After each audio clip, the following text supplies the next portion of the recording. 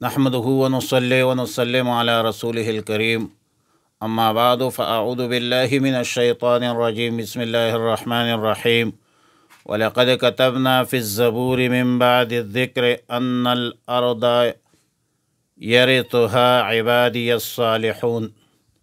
پارہ نمبر 17 سورۃ الانبیاء، رکوع نمبر 7، آیات نمبر 105، 106، 107۔ مذکورہ آیتوں میں آیت نمبر 5 میں فرمایا وَلَقَدْ كَتَبْنَا فِي الزَّبُورِ، زبور جمع ہے زبور کی، جس کا معنی ہے کتاب، اور زبور اس خاص کتاب کا بھی نام ہے جو سیدنا داؤد علیہ السلام پر نازل ہوئی تھی۔ زبور سے مراد کیا ہے، اس پر بحث کریں گے، اور پھر آیت نمبر 7 میں وما ارسلناک الا رحمۃ للعالمین پر گفتگو کریں گے۔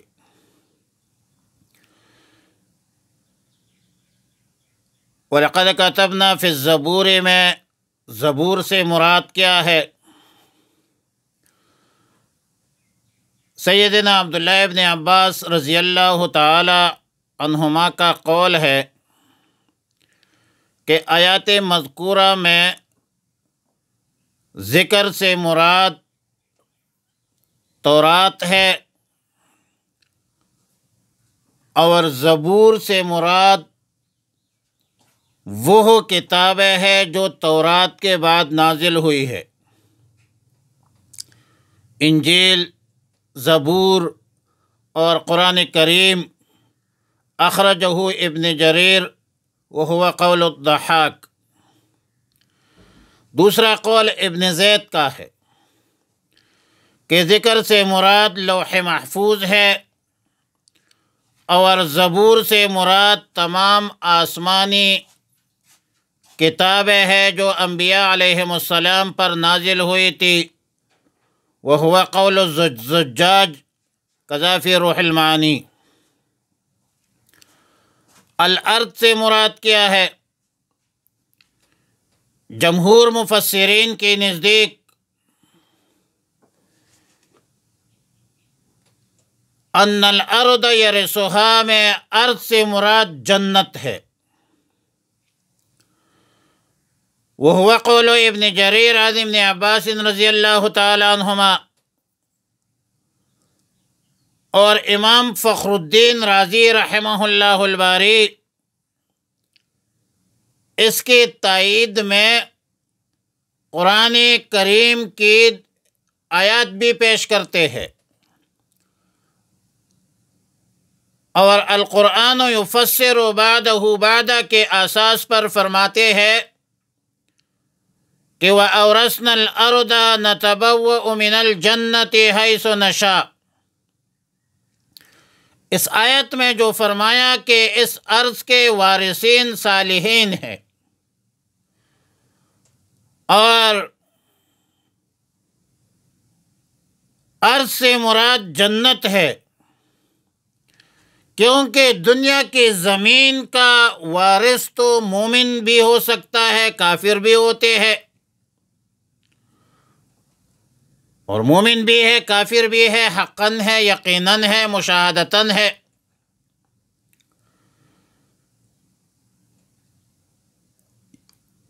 یہاں صالحین کا ذکر چونکہ آیا ہے، اور وارث ارض ہونا یہ ذکر قیامت کے بعد آیا ہے، اور قیامت میں جنت کی زمین صالحین مومنین کے علاوہ کافرین کو نہیں مل سکتی، لہذا ان الارض یرثها سے مراد ارض سے مراد جنت ہے۔ سیدنا عبداللہ ابن عباس رضی اللہ تعالی عنہما سے ایک روایت میں یہ بھی منقول ہے کہ ارض میں عموم ہے، دنیا کی زمین بھی مراد ہو سکتی ہے اور جنت کی زمین بھی مراد ہے۔ جنت کی زمین تو مومنین صالحین کے لیے تنہا ظاہر ہے کہ وہ صرف صالحین مومنین کو ملے گی، لیکن دنیا کی پوری زمین کا وارث ہونا یہ بھی اللہ کی طرف سے مومنین صالحین کے لیے ایک وعدہ ہے۔ وَلَا تَهِنُوا وَلَا تَحْزَنُوا وَأَنْتُمُ الْأَعْلَوْنَ إِن كُنتُم مُؤْمِنِينَ۔ اسی طرح ان الارض یورثها من یشاء من عباده والعاقبۃ للمتقین۔ اور ایک دوسری روایت میں وعد اللہ الذین آمنوا منکم وعملوا الصالحات لیستخلفنہم فی الارض۔ اور یہ بھی قرآن کی آیت ہے کہ انا لننصر رسلنا والذین آمنوا فی الحیاۃ الدنیا ویوم یقول الاشہاد۔ اب ظاہر ہے کہ دنیا پر غلبہ، دنیا کی سرزمین اور زمین پر قبضہ، اور پھر آخرت مومنین صالحین دونوں مراد ہو سکتی ہے، اس میں عموم ہے۔ اور دنیا نے مسلمانوں کا غلبہ، جاہ و جلال، عدل و انصاف، خلافت، حکومت کا مشاہدہ کر چکے ہیں، دنیا نے دیکھ لیا ہے۔ خلفائے راشدین رضوان اللہ تعالی علیہم اجمعین کا دور ایک سنہرا دور تھا، عدل و انصاف کا دور تھا۔ وہاں پر قیصر و کسریٰ کے محلات اہل ایمان کے قبضے میں آ گئے تھے، اور پھر امام مہدی علیہ السلام کے زمانے میں مسلمانوں کا پھر غلبہ ہوگا روایت کے مطابق، اور اس دنیا کی زمین کے مالک بھی یقیناً مسلمان بنیں گے۔ قذا فی روح المعانی و ابن کثیر۔ اگلی آیت میں، آیت نمبر 106 میں فرمایا ان فی ھذا لبلاغا لقوم عابدین۔ قرآن کریم پر عمل کرنا دخول جنت کے لیے یقیناً کافی ہے، اور اس پر عمل کرنے سے دنیا میں ظاہر ہے کہ رضائے الہی حاصل ہوگی۔ قبر کی تاریکی میں بھی قرآن کریم رہنما ہے، انیس ہوگا، ساتھ ہوگا۔ بروز قیامت، بروز حساب اس کی میزان میں حسنات رکھا جائے گا، اور جنت میں اس کے سبب، اس قرآن کی برکت سے اس کے درجات جو ہے بلند ہوں گے، درجات میں ترقی مقدر ہوگی۔ قذا فی تفسیر ساوی۔ آیت نمبر 107 میں فرمایا وما ارسلناک الا رحمۃ للعالمین۔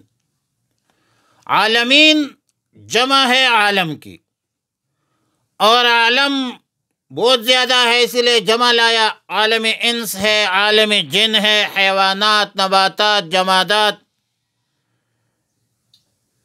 کائنات عالم کے لیے رسول اللہ صلی اللہ علیہ وسلم کا رحمت ہونا بئی معنی ہے کہ تمام کائنات کا حقیقی روح اللہ کی عبادت ہے، اللہ کی ذکر ہے، اور جب روح نکل جائے تو اس کو پھر موت کہتے ہیں۔ جب زمین سے روح، ذکر اللہ اور عبادت، اللہ کی عبادت نکل جائے، اور زمین میں کوئی اللہ اللہ کہنے والا نہ رہے، تو پھر ان سب چیزوں کی یہ موت ہے، اور وقوع قیامت ہوگی۔ پھر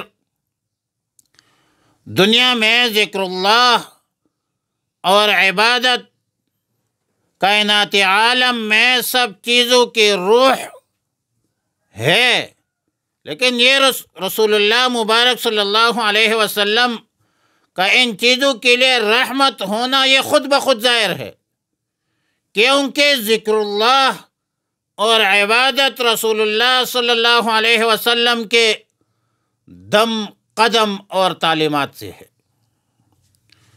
اس لیے رسول اللہ مبارک صلی اللہ علیہ وسلم نے فرمایا انا رحمت مہدات، میں اللہ کی طرف سے بھیجی ہوئی رحمت ہوں۔ اخرجہ ابن عساکر عن ابی ہریرہ رضی اللہ تعالی عنہ وعنہم اجمعین۔ اور سیدنا ابن عمر رضی اللہ تعالی عنہ سے روایت ہے کہ رسول اللہ مبارک صلی اللہ علیہ وسلم نے فرمایا انا رحمت مہدات برفع قوم وخفض قوم، یعنی میں اللہ کی بھیجی ہوئی رحمت ہوں تاکہ اللہ کے حکم ماننے والے قوم کو سر بلند کرو اور دوسرے قوم کو جو اللہ کا حکم نہ مانے اس کو پست کرو۔ کذا فی تفسیر ابن کثیر۔ اس سے معلوم ہوا کہ کفر اور شرک کو مٹانے کے لیے کفار کو پست کرنا اور اس کے مقابلے میں جہاد اور جدوجہد کرنا یہ بھی ایک عین رحمت ہے، تاکہ سرکش لوگوں کو عمل صالح اور امن اور سلامتی کا پابند بنایا جائے۔ ترجمہ یہ ہوگا وَلَقَدْ كَتَبْنَا فِي الزَّبُورِ، اور تحقیق کے ساتھ ہم نے لکھ دیا تھا فی الزبور، زبور میں، من بعد ذکر، نصیحت کے بعد، ان الارض، کہ یہ زمین، یرثھا، ان کے وارث ہوگی، عبادی، میرے بندے، الصالحون، نیک، ان فی ھذا، بے شک اس میں، لبلاغاً، پیغام ہے، لقوم، اس قوم کے لیے، عابدین، جو بندگی کرنے والے ہیں، وما ارسلناک، اور نہیں بھیجا ہے ہم نے آپ کو، الا رحمتا، مگر رحمت بنا کر، للعالمین، تمام عالم کے لیے۔ وصلی اللہ علی النبی الامی الکریم وعلی آلہ واصحابہ اجمعین۔